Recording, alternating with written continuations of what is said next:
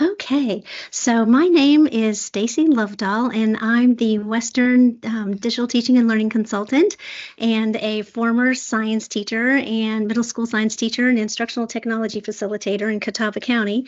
And you've got the link there in the chat, and it is go.ncdpi.gov /differentiation with AI, all lowercase. So it's pretty long, but that will, kind of pretty straightforward, right on the nose for what we're doing today. There are a lot of links in there towards the end where we're going to click on a lot of AI tools that support differentiation. But before we get into the nitty gritty of our AI tools, I wanted to spend a little time with, kind of some fundamentals of universal design for learning and differentiation to kind of set the stage for why some of these AI tools really support what we're trying to do in the classroom for our students, and how these tools can really do what I feel is finally what technology has been promising to do for the last, I don't know, 10, 15 years of rolling these tools out into our classrooms. So let me go ahead and click to the next slide. So the first thing we're going to do is discuss how AI tools can support differentiated instruction in the context of UDL. And then we'll dig into a bunch of AI tools and see how they integrate into those ideas.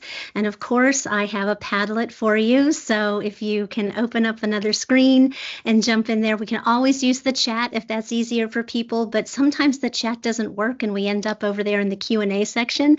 So we have a bunch of places where we can interact. And I love to have a screen where I'm not just talking to little blank squares. So if you can, we're a small group here this afternoon, so feel free to, chat in the chat in the Padlet, or chime in the chat when we have a chance to share how you're using tools, or if you've found other tools that also are supporting you in the classroom. There are way too many to cover in just an hour of this webinar, so lots of really good ideas. So first things first, if you are on slide number, whichever one we're on right now, 2, and can jump over into this Padlet, I'm going to go ahead and click on it so you guys can see what's over there. This is the Wednesday webinar Padlet, so I've kind of kept all of my tabs for the previous ones that we have been doing throughout October, so you can kind of browse on what everybody else has been saying for the past couple of weeks. But we've got our first column for welcomes and introductions, so if you could jump in there and pick a Post-it right here in column 1 and introduce yourselves. And share your experience using AI in general, but if you have been using it or finding a tool useful for differentiation, then kind of explain, or make a quick note about how you've been using AI for differentiating in your classroom, or in your role if you're a coach or an ITF or an administrator. You kind of drop a quick note about how that's going in your role in the classroom or in your buildings.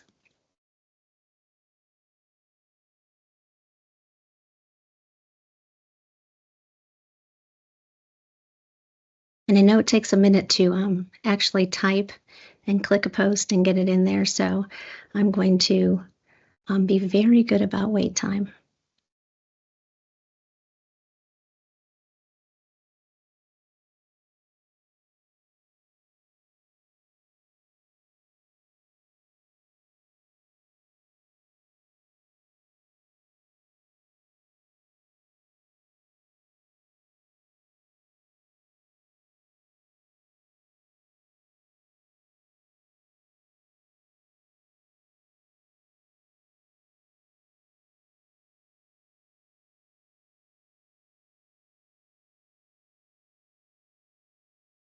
So while you guys are introducing yourselves in the Padlet or in the chat, quick little note about me.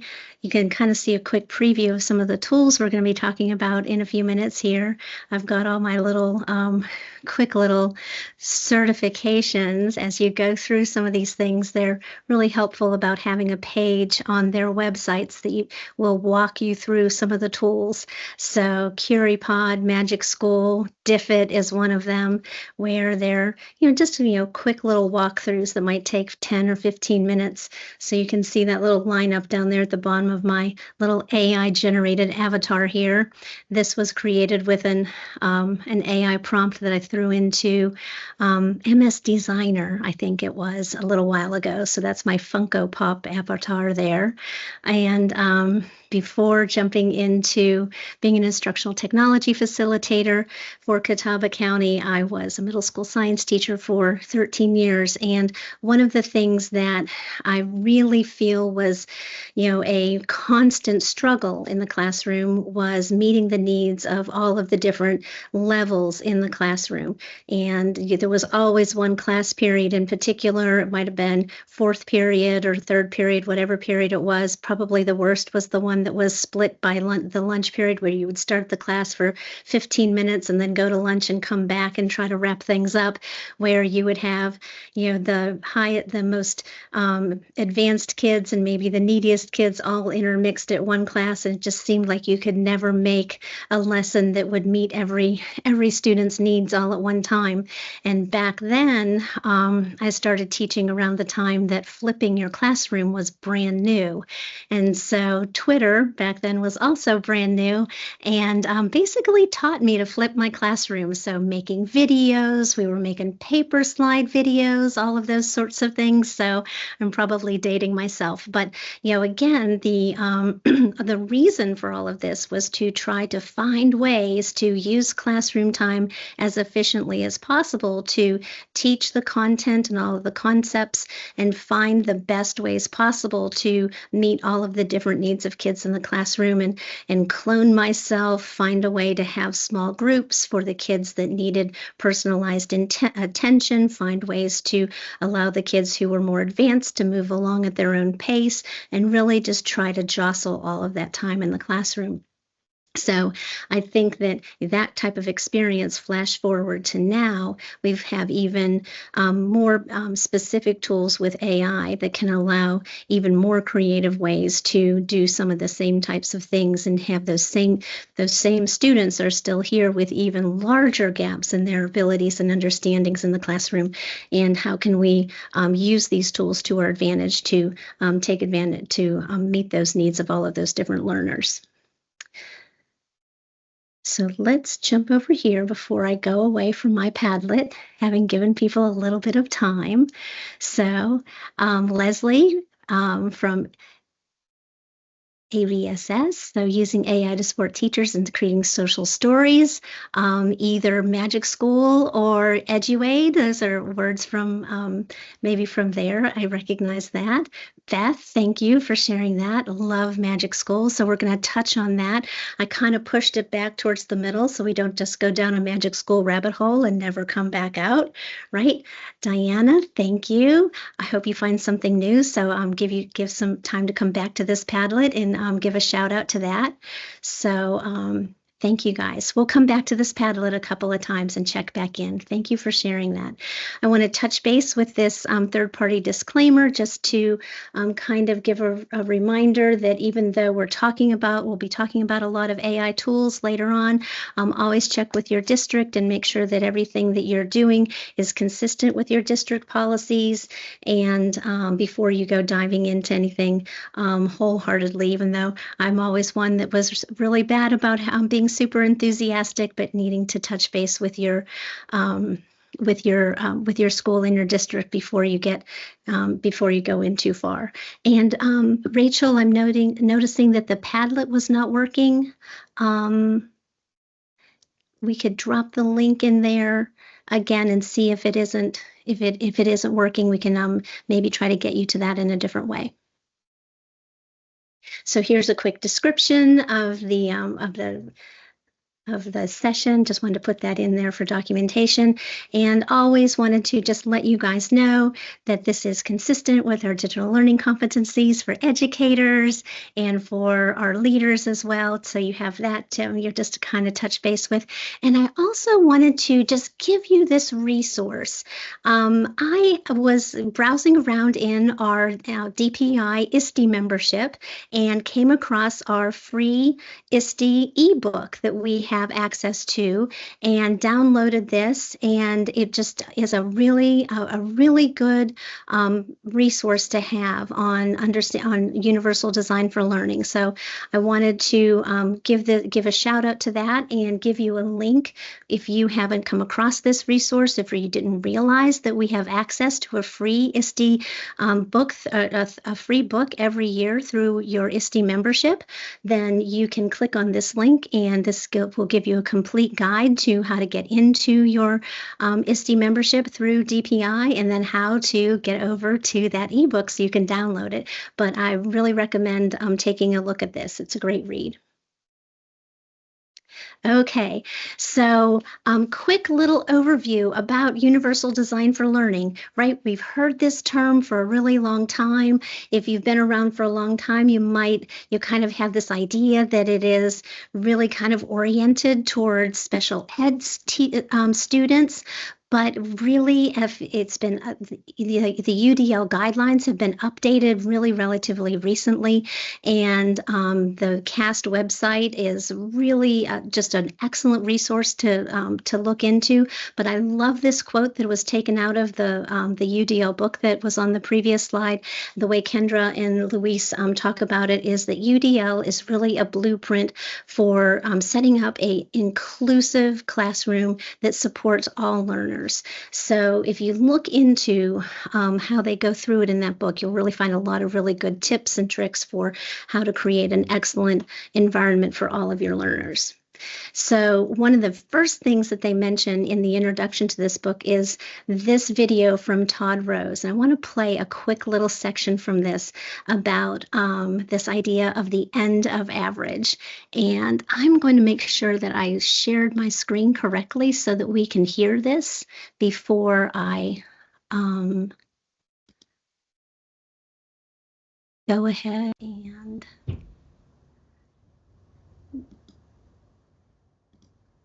play it.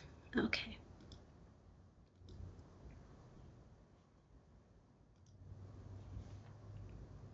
In 2002, neuroscientist Mike Miller conducted a routine study of human memory in which he followed the same standardized procedures that neuroscientists have used for decades.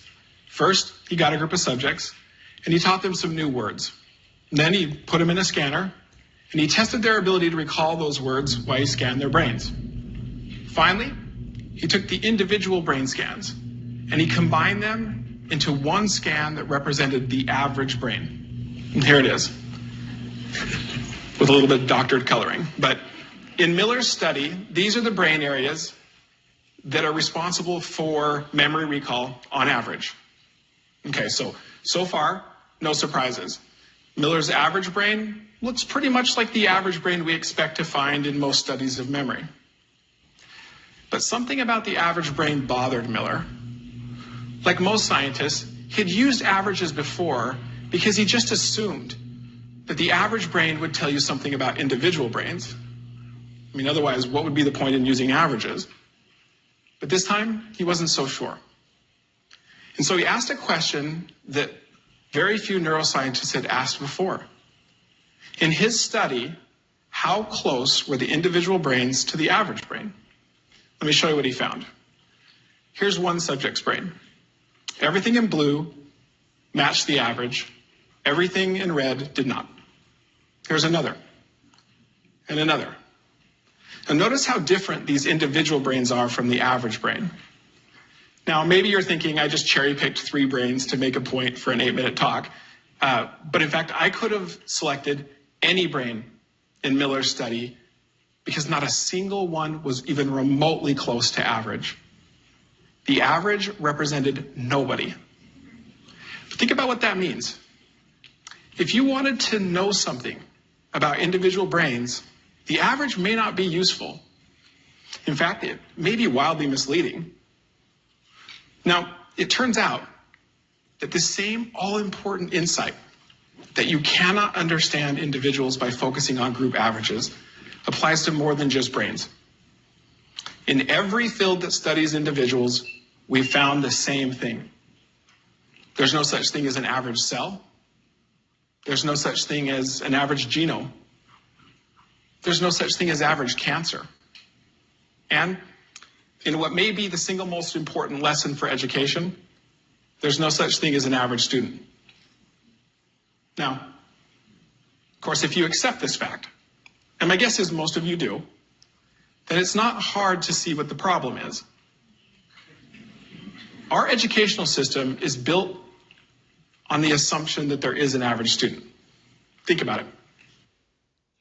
So I'll stop the video right there because, I mean, this is a little bit of an oversimplification of our classrooms. I don't think that we're quite this regimented in the way we set up our classes, but we've all seen rooms where our kids are, and we're forced to have our, less flexibility in the way we want to teach than we would prefer. And so I loved the way he talked about this idea that we have a lot of personalization in many aspects of our life, except when we bring our kids into school and we have to go at a certain pace. We have to teach kids in certain batches. We have to, have so much more lack of flexibility in so many ways inside our, inside our school systems. There's another video that he presented in a TED Talk that was also an updated or a different way of presenting the same thing he had. The first one was the end of average. The next one was the myth of average. And he talks about fighter pilots and NASA and how they had originally had certain pilots all had to be the same height, the same weight. Everything had to be very, very average because of the way they were designing planes. But once they figured out how to be more personalized in the way they were designing things, they were able to open up the field to much more, a lot of different body types. And now we have, not only do we have astronauts and fighter pilots and people in a wider range of body sizes, but also that innovation made its way into our everyday life. And a lot of those innovations we now find in cars. And so the way we can adjust our car seats to fit individual needs came actually from the space industry. So this is the myth of average. And how does that apply directly to the classroom is there are data that they have collected to talk about the jagged learning profile. And in North Carolina, we have had the personalized learning pillars for a number of years, since about 2019. And one of the first pillars in personalized learning is the learner profile. And we know as teachers, as educators, we have a lot of information about our learners that inform us about what students' abilities are. And in personalized learning, one of the main goals is to get that information over to the students so they have a really good understanding about themselves as learners. But one of those sort of nuances is this nitty-gritty information about how learners are in terms of their skills, where they may have a high abilities in one area, medium abilities in another area, that it's not all an even scale, right? So that our profiles are jagged in our abilities in school, in our abilities in all different areas of our lives. So when you're looking at universal design for learning, it recognizes that all people, all learners have this jagged approach towards their learning. So UDL is this tool to improve and optimize teaching and learning for all people based on scientific insights into how all humans learn. And their main pillars are that it's purposeful, it's reflective, it's resourceful, it's authentic, it's action-oriented, and it's strategic. And I took those pillars and some information about UDL, and I put it into ideogram. You can see my prompt down here at the bottom, and it actually created this little graphic organizer for me. So I was playing around with that last night in order to make this graphic. So I thought it did a pretty good job. So the 3 principles of UDL, and these haven't changed for a while, and I just wanted to put them up here, but also with some words from the book from ISTE as well, are engagement, representation, and action expression. So engagement is how we get kids to be really interested in learning about something. So when we hear the word engagement, right, if you're thinking of it in a UDL context, it is it's more than just kind of having kids be typing on something or having their eyeballs be looking at something. It's really actively getting them interested and motivated to learn. So it's that intrinsic motivation, right? Representation in a UDL context is providing learners with various ways to access and understand the information. So choice boards, yes, but really looking at giving a real variety of different ways for learners to access the information, different languages, different ways to perceive the information and comprehend it.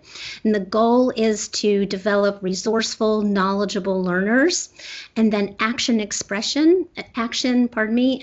expression are giving learners diverse ways of understanding that learners have really diverse ways of understanding and interacting with the world, and giving them opportunities and multiple options to express their understanding. So when they are giving the information back and representing what they know, that you give people different ways and different options for expressing what they understand.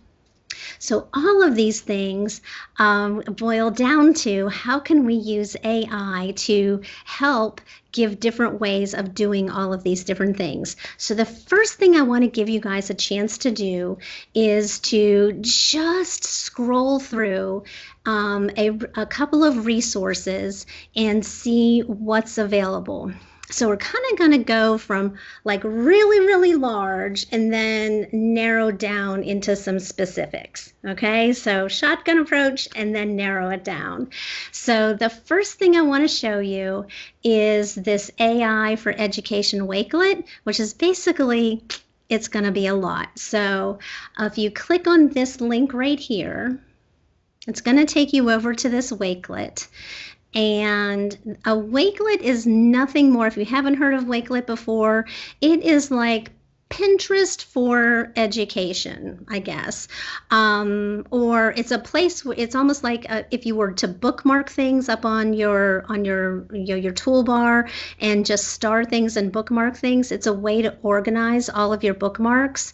You can set up a free account and create collections of things. So I'm gonna open it up as if I'm not the account holder, so you can see what it looks like as if you're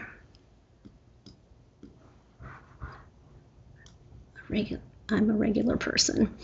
So when you're in a Wakelet, if you can follow a person who has set them up, and you can create little thumbnail images for them or just leave them blank the way I have with some that I've set up more recently.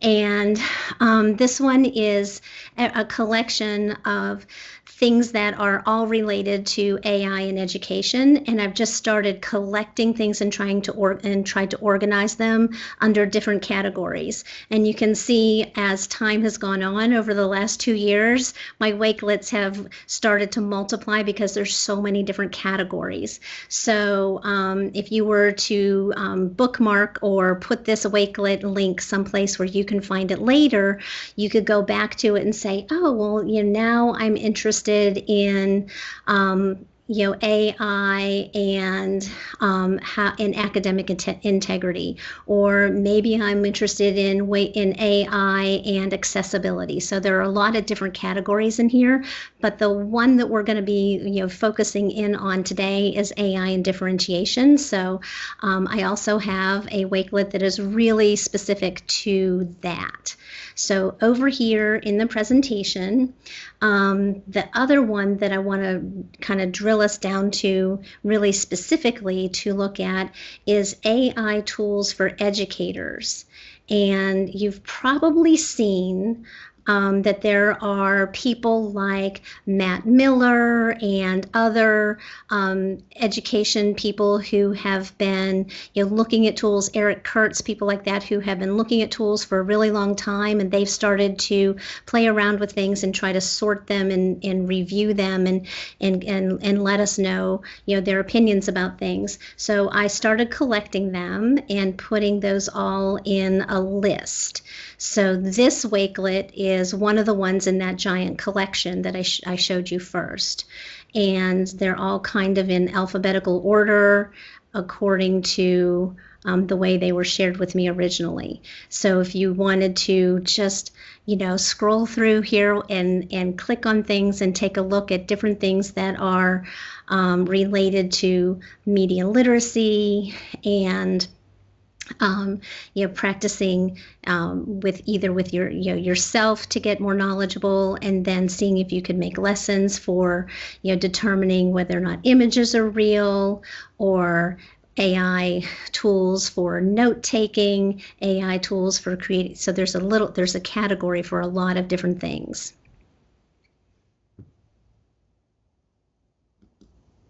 And then the last one is AI tools.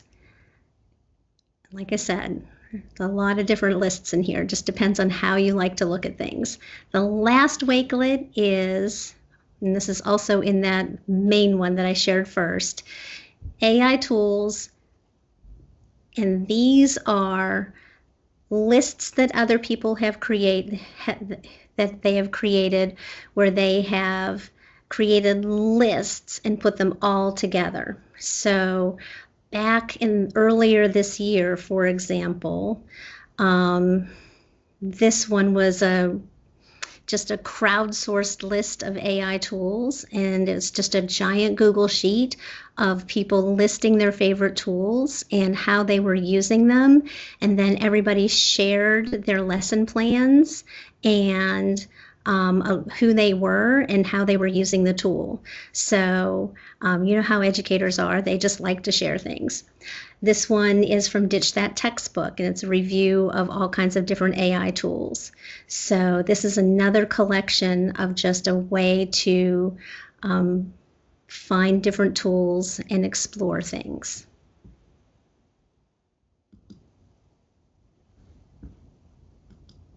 Okay, so before I go to the AI Playground, which is a deep dive into some specific tools to use for differentiation, I wanted to check and see if anybody had any questions. I'm going to click over here into the chat just to check. And everything looks good. Okay, so the next section is, I kind of had this analogy in my head about AI and differentiation being like a playground, where when you send a group of kids out into a playground, there's usually something for everyone, right? You might have the kids are playing and doing whatever they want to do. You have the really energetic kids are climbing all over things. You might have another group of kids sitting quietly and just talking. So with differentiation, the goal is to be able to create that perfect classroom setting where you have gotten a lesson where you've got something for everyone. So with that analogy in mind, here is a list of AI tools that are able to help achieve those goals. So one of the first things I wanted to show you is Diffit. So if you have used Diffit, if you want to type in the chat real quick, just yes, you've used Diffit. Is anybody out there a Diffit person? Yes. Shannon says yes. Okay, so as I go through this, Shannon, if you have any tips or if you want to add them to the Padlet, that would be cool too, because Diffit, we could spend a lot of time on Diffit. For everybody else, if you want to open up a tab and go to diffit.me and sign in and explore the site as I go through it.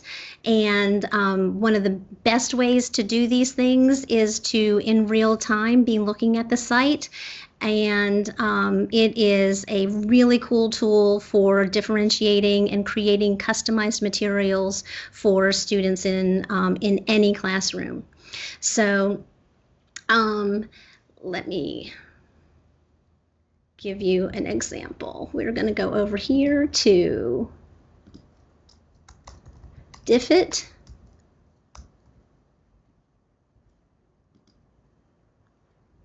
And when you get over here to Diffit, if you're a first-time Diffit person, I'll ask you a couple of questions, and you'll end up on a site that looks like this. And one of the first things, the easiest thing to do, when they say literally anything, you can create a resource on literally anything. And so, for example, if I wanted a resource for middle school science, one of the things we teach is cell division.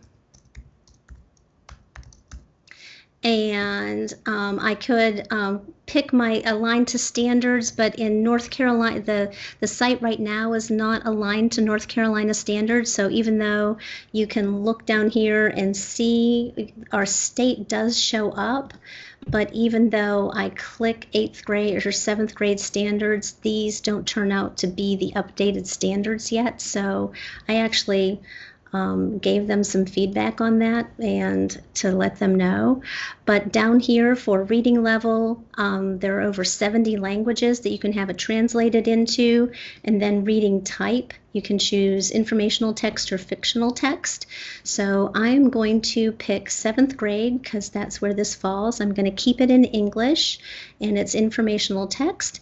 And you click generate resource. It'll take a minute to think about it. It'll generate a passage that is some text that is about that. It goes and it finds a graphic, and if you like it, that's fine. It also gives you some choices. So you would take a look at that and make sure that you agreed with it, right? That it is correct. And I'm going to tell you, I did one on cellular respiration for a previous generation, and the first one was too detailed, so I rejected it and I went and I found my own. So make sure you check your images and make sure they're correct.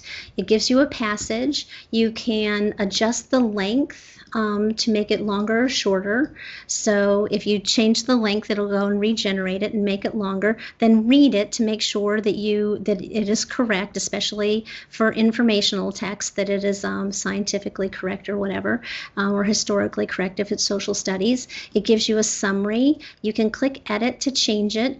It gives you key vocabulary words.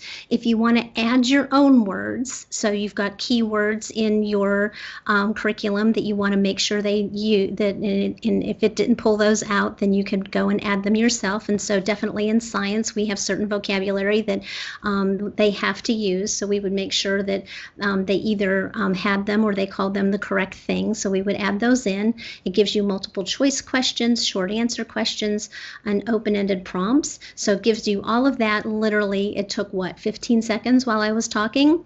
And then down here, the next thing you do is you click Get Student Activities. So it gives you some choices right off the bat of some 3-2-1 reflections, a bubble map, a Freyer model, forms, printable documents, all of these different things. So those are right there. And then across the top, you've got these little tabs that you can look at for if you want to hone in on some specific things that you want to do in your classroom. So if you want to summarize your learning, you've got some categories. So how does this relate for relate to differentiating and universal design for learning. So you know your students in your classroom and you know how you would like to give them choices in your classroom. So if you're creating a choice board, if you're creating a personalized learning pathway or a playlist for your classroom, and you want to make sure that you've got some kids who need to have a bubble map and you've got some kids who need to have something that is more, that it's put into steps, so they have something more linear, then you can go through and pick things out specifically for them, and then you click on the ones that you want, and it'll create the activity. You can export it, you can customize it, you can add it to very different formats, and you can integrate it into Google Classroom and save it to your resources.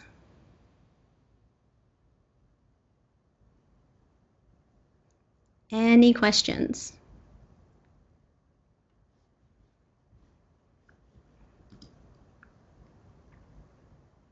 Brittany or Shannon, and did I miss anything?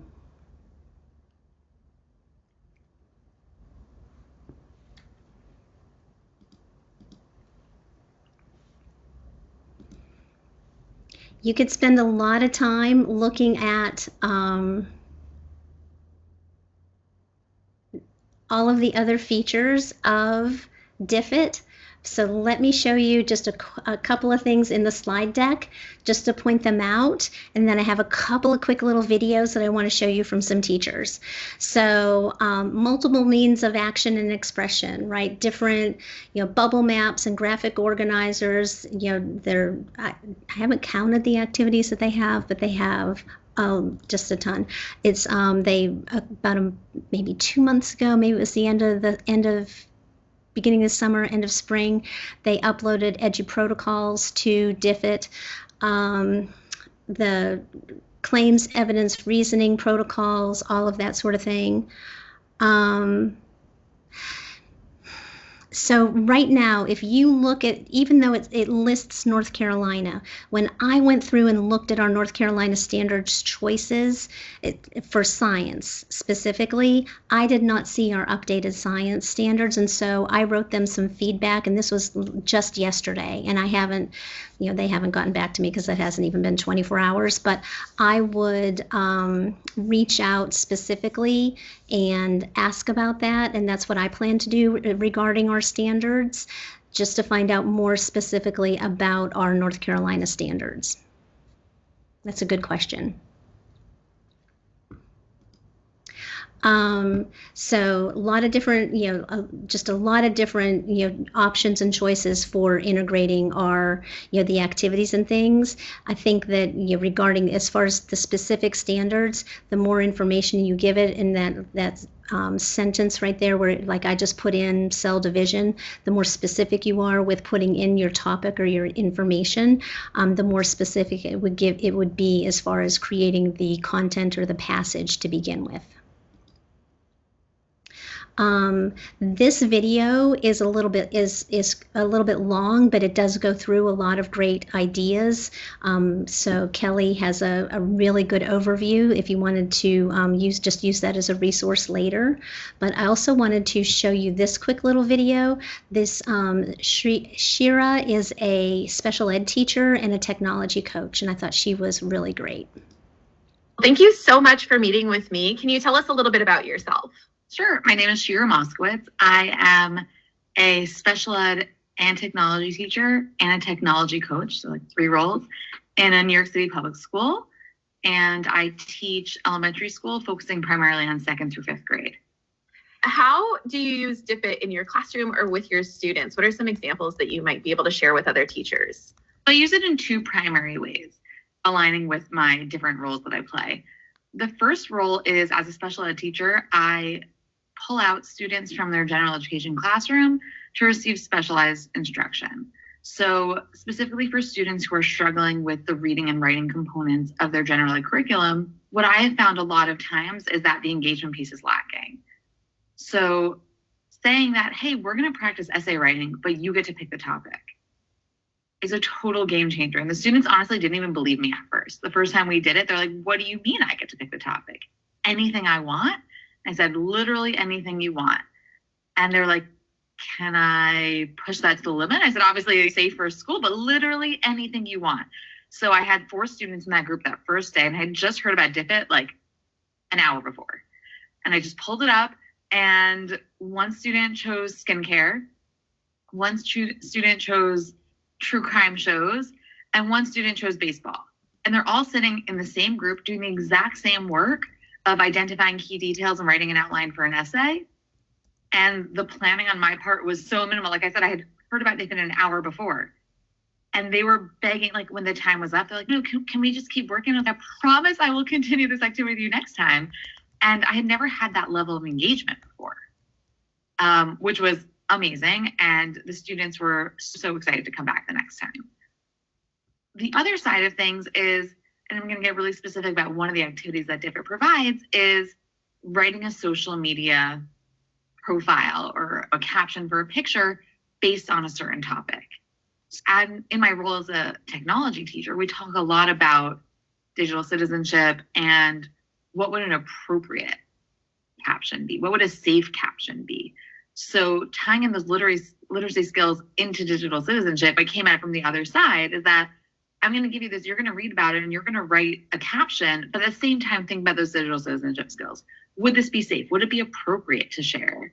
All of those nuanced skills that it would be sometimes hard in theory, especially at an elementary level when they should not be having social media because they're younger than 13. Oops. So I wanted to stop that really quick. I automatically advanced it. I think I was done, or maybe I wasn't.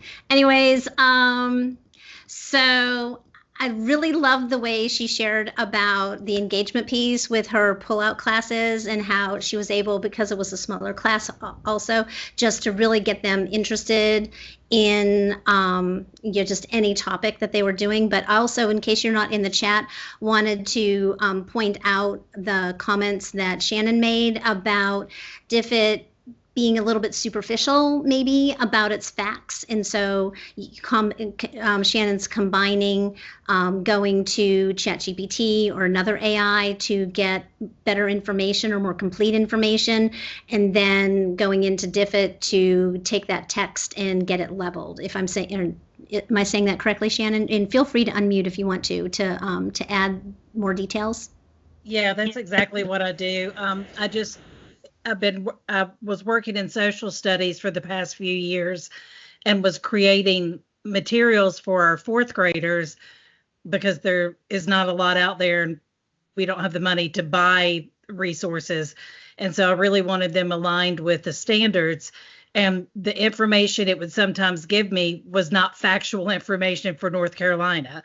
So I started going to ChatGPT, Microsoft Copilot, where they would pull more widely from the web, even though I think Diffit's back. I think it actually uses ChatGPT, but I just found if I crafted a good prompt and put it into one of those, I would get a really great article, but it might not be the right reading level. So then I would take it to Diffit, get it to be the right reading level, and then create the resources that I wanted to use with it. Mm-hmm. That sounds like a great idea. So you'd get the information, and then Diffit creates all of those awesome templates. Correct. That's great.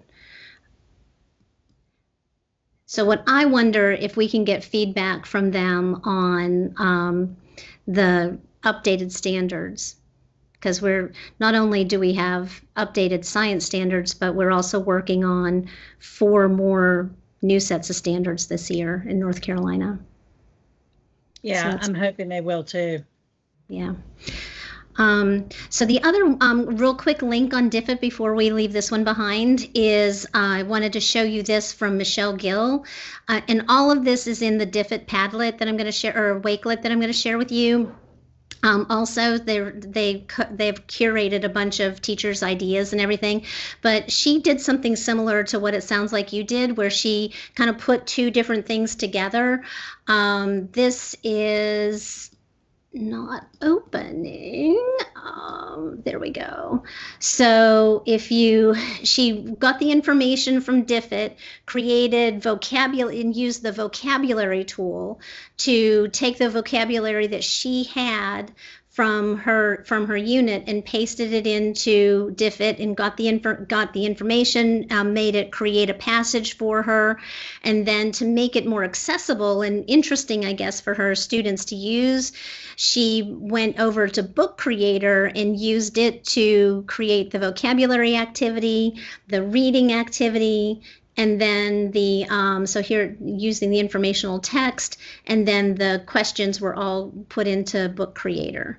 So if you're a Book Creator person, or if your media coordinator is a Book Creator person, that could be an activity that you could do. Maybe you generate the informational, use Diffit to create the resources for your students, and then they could create books out of it using Book Creator. So it could be something where your students become creators.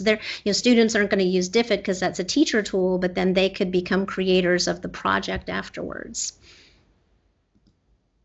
And then Michelle also shared how she used Diffit to create the pieces that went into her choice board that she used for the students. Again, definitely a UDL kind of activity, so kids had choice. And then here's the Diffit Resources Wakelet that has all of these ideas in there that you can use for inspiration. Okay, so really quick, because it's getting to be after 4, which I can't believe, I definitely wanted to show you this. Has anybody used ChatGPT, the app, to do live translations? If you have not, you can use it on your phone, but you can also use it on your computer if you have the app on your computer. So I'm going to show you this really quick. This is what it looks like if it is on your computer. So I'm going to try to make my screen a little bit bigger so you can see it. I practiced it, and so making if you have the app on your phone, or you download it onto your computer, you can open up the little headphones on your iOS app, or on Android it looks like a little sound wave. And if there's somebody who is online right now who speaks another language, who would like to do the demonstration with me and would like to unmute, then we could do this together. I could be the person who speaks English, and you could be the person who speaks another language, and we could live translate. Would anybody like to do that?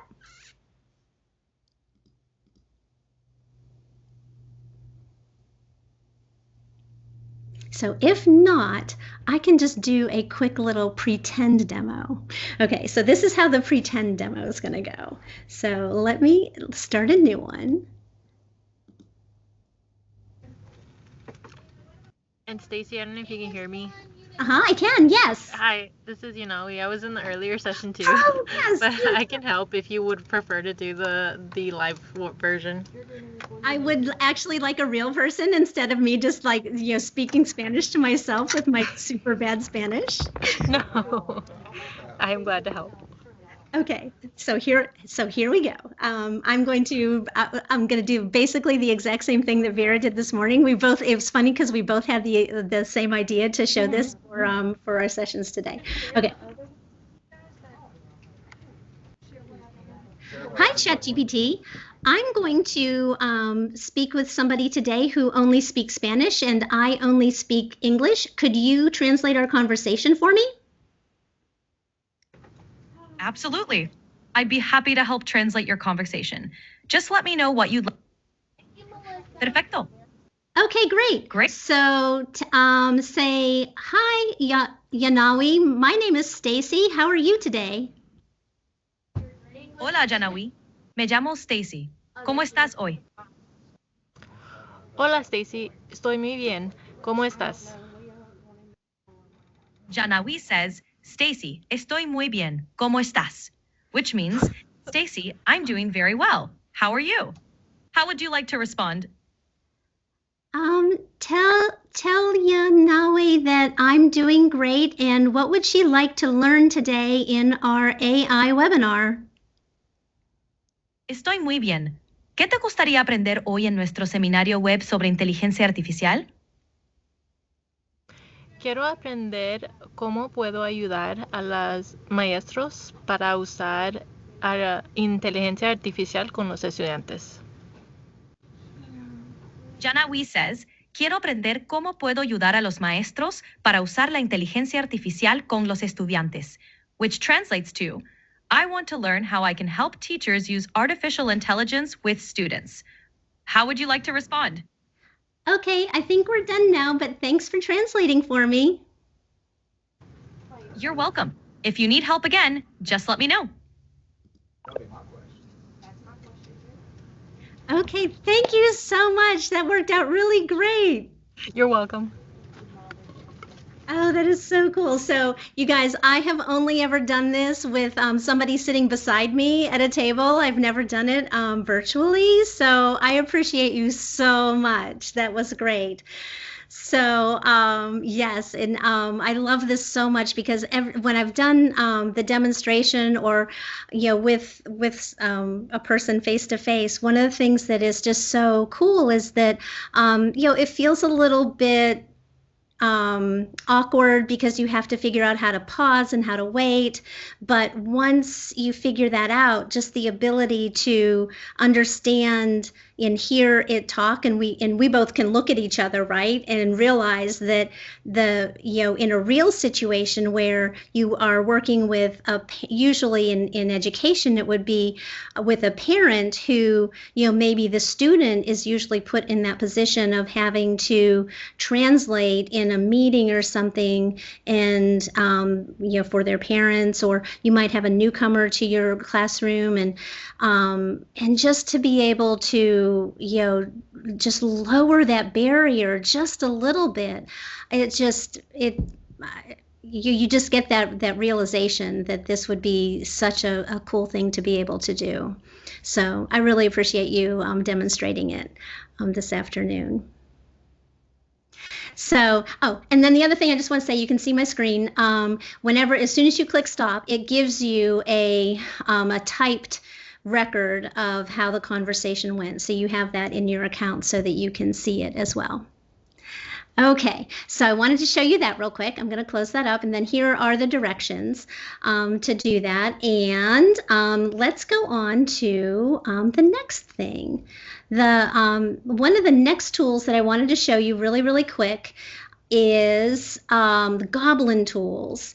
And this is a really fast website to take a look at. If you haven't been over to Goblin Tools lately, you will notice that it is just as awesome as it's always been, and it's super easy to use. They also have an app for the iPad. They don't have an Android app that I know of, so you can put it on your iPad or an iPhone if your students have phones, or if you as a person, as an adult, has an iPhone. And what they say is that it is a collection of small, simple tools designed to make overwhelming tasks a little bit less overwhelming. So if you click over to the main page, you would add your items in this box and just try to make them. This one is designed to make things a little bit less spicy, so it has a spicy meter over here.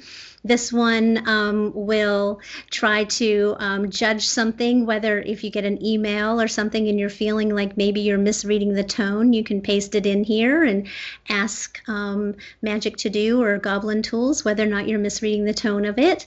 I love this one, the Chef. You can type random things in here and ask it what you should make for dinner, and it will come up with something. So we've had fun practicing, like how random can you be? Can you give it like pickles and peanut butter and walnuts and have it come up with actually dinner? So it's just a really simple site to use. You don't have to sign in. You don't have to do anything. It just does what it says it will do. There are no ads. It's super simple and clean. So perfect for somebody who gets sidetracked really easily. So that's Goblin Tools. The next one that I wanted to show you about is Snorkl. So Snorkl is, to me, it's relatively new, but they've been around for at least a year, maybe a little bit over a year. And if you click on this link, it'll let you sign in. And this is their about page, and they are designed for education. They have a good privacy and policy statement. You definitely take a look at it and make sure that it complies with your district's requirements and everything. But they have been very very careful to be careful about education and everything. And their whole deal is that when you can make a classroom for your students and design activities for them to do, where they will do the activity on the screen with their trackpad or their mouse, or if they have a touch screen or something like that. But it's also designed for them to give their feedback, to verbalize their understanding. So it's designed for the students to talk to the screen in addition to maybe drawing or typing. And then the AI will listen to their answer and give them feedback according to how you have designed the answer to be. So give them instant feedback on their answer.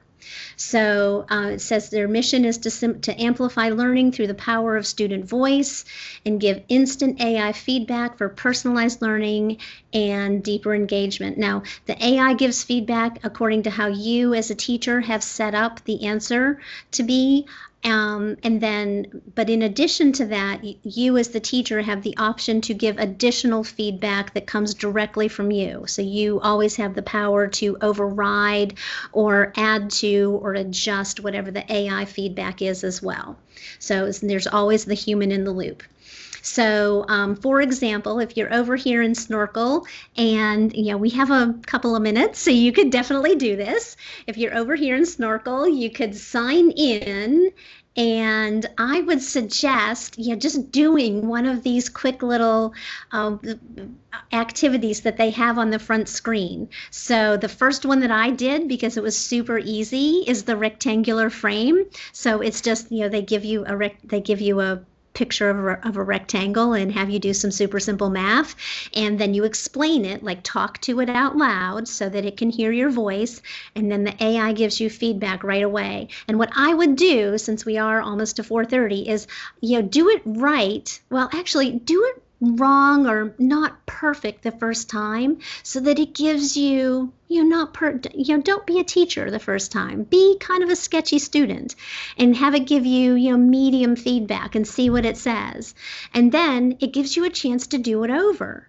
and then get it right, get it right the second time and see how you improve. Okay, and then the next thing that you could do, if you want to come back to the slide deck, since you still have it, is I've set up here's the little video that he explains it and tells you how to get into Snorkl and set up all your all of the ins and outs as a teacher. And then this is the Wednesday webinar Snorkl class, and I put 2 or 3 activities in there into our class. If you want to jump into that class and just play around as a student, you can definitely do that. And I will not grade you if you don't want me to. So you can kind of check on that and play. So there's a couple of science ones in there, and there's a math one based on 7th grade science, so they're not too hard. And so that's pretty fun. So there's one on Punnett squares for rabbits. There's how to plot a point. So you can just play and see how that goes. And this is all based on the free version. So there's definitely a paid version, but you can do a lot for free. So that was really interesting. And then the last one I want to show you just really quickly, and if you were in the CuriePod webinar last week, then this is a new version, a new writing activity that recently came out that I just wanted to give you, to show you. If you sign into CuriePod, then one of the new argumentative, I feel like I spelled that right, writing activities that they have is called Magic and Monsters, and you can modify it for anything that you want to do. But it has kids practice argumentative writing. So it'd be perfect for, once they move out, up into middle school and they start learning how to do claim, evidence, reasoning, you can adjust it for that. And so I've added that into the CuriePod Faves lessons.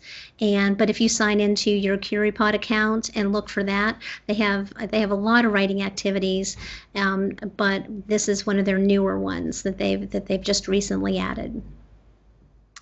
Okay, so that is getting us to just about exactly out of time. So I am going to stop talking and drop the link to the feedback form in here. And just dropped it in there for you, Stacy. Okay, good. Thank you. But I really appreciate you guys spending the afternoon, and hope you will check back in with us. And if you've got any questions, let me know.